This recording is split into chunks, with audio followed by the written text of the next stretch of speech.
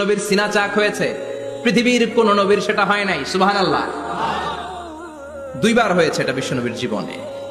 হালিমাতুস সাদিয়ার বাড়িতে যখন দুধ পান করতে গিয়েছিল তখন হয়েছিল, আবার মেরাজের রাতে হয়েছিল। উম্মে হানির ঘর থেকে চলে সাইয়েদনা জিবরাইল বিশ্বনবীকে হাতিমে কাবায় শুইয়ে দিলেন। এরপর গলার নিচ থেকে শুরু করে নাভি পর্যন্ত বুকটা কেটে ফেললেন, বিশ্বনবীর হৃদয়টাকে বের করলেন, জামজামের পানি দিয়ে ধৌত করলেন, আবার পেটের ভেতরে হৃদয়টাকে ঢুকিয়ে দিলেন। দিস ইজ কল্ড শাক্কে সাদার। উর্দু ফার্সিতে বলে সিনা চাক, ইংরেজিতে বলে ওপেন হার্ট সার্জারি। সুবহানাল্লাহ পড়বেন না? আমাদের অনেকের ওপেন হার্ট সার্জারি হয় না, গলা থেকে নাভি পর্যন্ত কাটা, সেলাই করে দিলে আবার বাঁচে। এটা বিশ্বনবীর সিনা চাক থেকে আবিষ্কার হয়েছে। পড়েন আল্লাহু আকবার। যে সমস্ত সাহাবারা বিশ্বনবীকে খালি গায়ে দেখেছে, উদম গায়ে দেখেছে, তারা বর্ণনা করেছে দুইটা কাপড় মাঝখান দিয়ে সেলাই করলে যেমনি দাগ দেখা যায়, আমরা বিশ্বনবীর গলা থেকে নাভি পর্যন্ত এরকম সেলাইয়ের দাগ দেখতে পেয়েছি। শাক্কুস সাদার, স্পেশাল লাস্ট মেসেঞ্জার মুহাম্মদ সাল্লাল্লাহু। আর কোন নবীকে আল্লাহ এটা দেয় নাই। খুশি না বেজা? আবার উনি হলেন সাহিবুল মেরাজ। উনার মেরাজ হয়েছে, আর কোন নবীর হয়েছে নাকি? কথা বলেন। বিশ্বনবীর হৃদয়টা বড় ভাঙা, কলিজার টুকরা স্ত্রী খাদিজা নাই, যাকে সবচেয়ে ভালোবাসতেন, সবচেয়ে প্যার করতেন, যাকে মাহাব্বাত করতেন। এবং সাইয়েদাতুনা খাদিজার জন্য বিশ্বনবী মা আয়েশাকে ধমকও দিয়েছেন। সাইয়েদাতুনা খাদিজার কথা যখন বিশ্বনবী বলে বেড়ায় মা আয়েশার কাছে, খাদিজার কথা বললে মা আয়েশা বলতেন, ও নবী, কোন জাহিলি যুগে এক বুড়ি মহিলার সাথে আপনার বিয়ে হয়েছিল, মরে গিয়েছে, কবরে শুয়ে আছে। ওই মহিলার পরে কত সুন্দরী সুন্দরী নারীরা আমরা আপনার ঘরে আসলাম, তারপরে ওই বুড়ির কথা আমাদেরকে বলেন কেন? ওই বুড়ির কথা শোনান কেন? বিশ্বনবী রেগে গেলেন।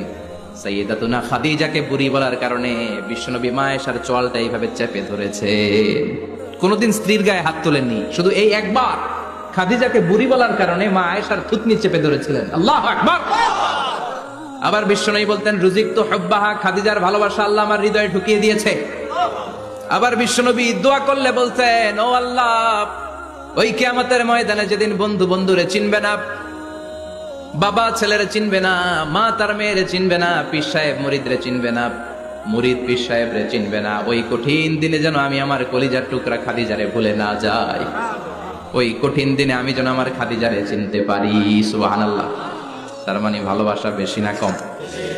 সাইয়েদাতুনা খাদিজা ইন্তেকাল করলেন জাবালে হাজুনের পাশে ওনার কবর।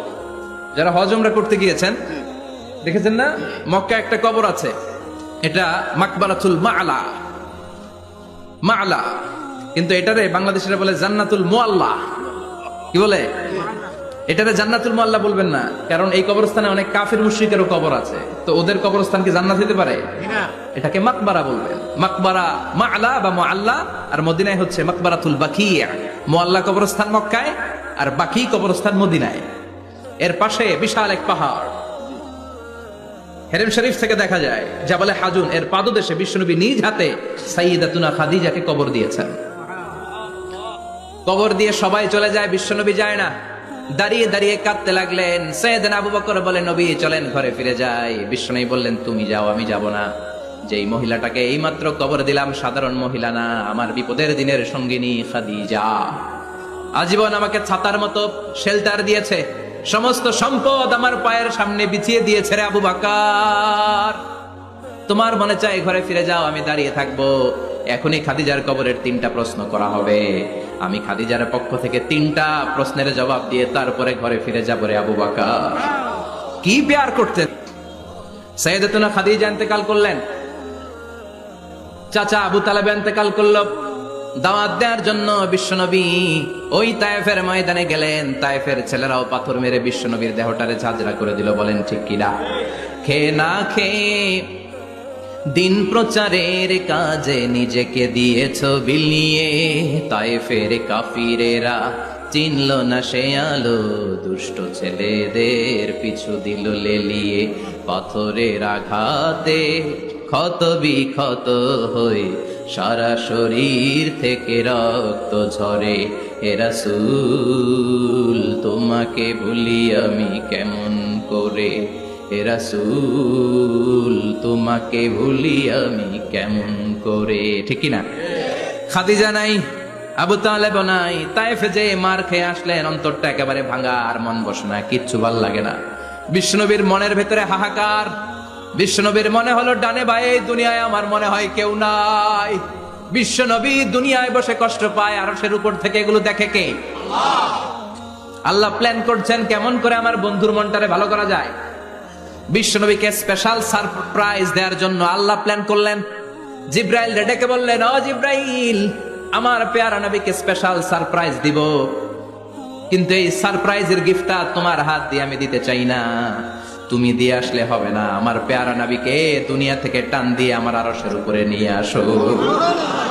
সাহিবুল মেরাজ, যেই নবীর মেরাজ হয়েছে আর কোন নবীর হয় নাই। এই মেরাজ করতে যে কত কাণ্ড, কত প্ল্যান প্রোগ্রাম আল্লাহর। টাইমের স্পিডকে আল্লাহ থামিয়ে দিলেন।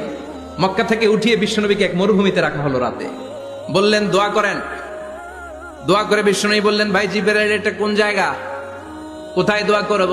সাইয়েদনা জিব্রাইল বলেন, নবী, কিছুদিন পরে এই জায়গায় আপনি হিজরত করে আসবেন, এই জায়গার নাম ইয়াসরিব, মদিনা। দোয়া করলেন। আবার সেখান থেকে তুলে এক পাহাড়ে রাখা হলো, নবী দোয়া করেন। দোয়া করে নবী বললেন, এটা কোন পাহাড়, অন্ধকার, আমি তো কিছু চিনি না। সাইয়েদনা জিব্রাইল বললেন, নবী, এটা সাধারণ পাহাড় নয়, এই পাহাড়ের কথা আল্লাহ কোরআনে বলেছেন, এই পাহাড়ের কসম আল্লাহ কোরআনে খেয়েছেন। এই পাহাড়টা হলো আপনার ভাই মুসার পাহাড়, তুর পাহাড়। তুর পাহাড়ে তিনি দোয়া করলেন। কত কিছু করে বিশ্বনবীকে আল্লাহর আরশে নিয়ে যাওয়া হলো। সাহিবুল মেরাজ। বিশ্বনবী ছাড়া আর কোন নবীর কি এরকম মেরাজ হয়েছে? সবাই বলেন হয়েছে। এরপর উনি হলেন সাহিবুস শাফা, শাফাতের মালিক। বিশ্বনবী ছাড়া কিয়ামতের ময়দানে কেউ আমাদের জন্য সুপারিশ করতে পারবে না। পাগল হয়ে যাব আমরা।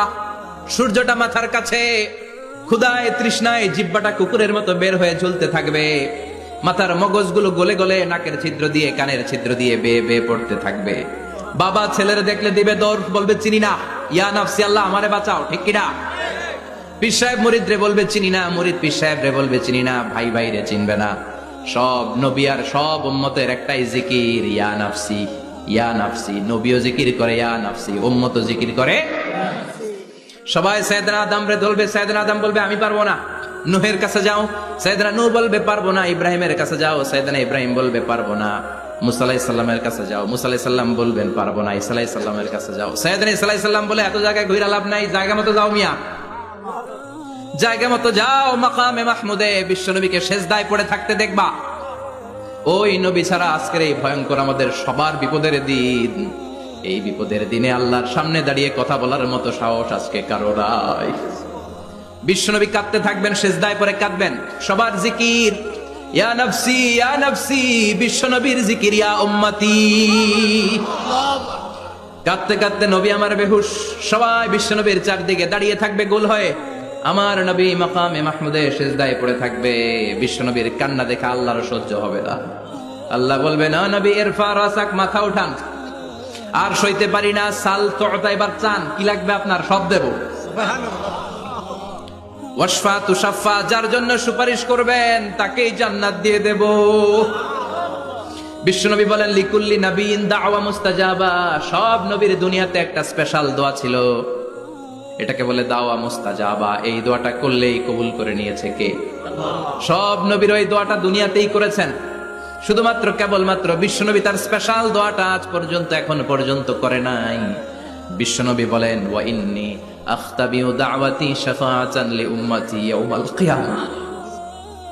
আমি আমার দোয়াটা, আমি আমার স্পেশাল সাপ্লিকেশনটা কিয়ামতের দিন, কঠিন মুসিবতের কালে তোমরা যখন বিপদে পড়ে যাবা, আমার স্পেশাল দোয়াটা ওই দিন করে আমি তোমাদের সুপারিশ করে জান্নাতে পাঠায়া দেব।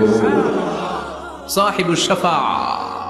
বিশ্বনবী ছাড়া কথা বলার মতো ক্ষমতা, স্পর্ধা, সাহস সেদিন কারো থাকবে না। চিৎকার করে বলেন ঠিক কিনা?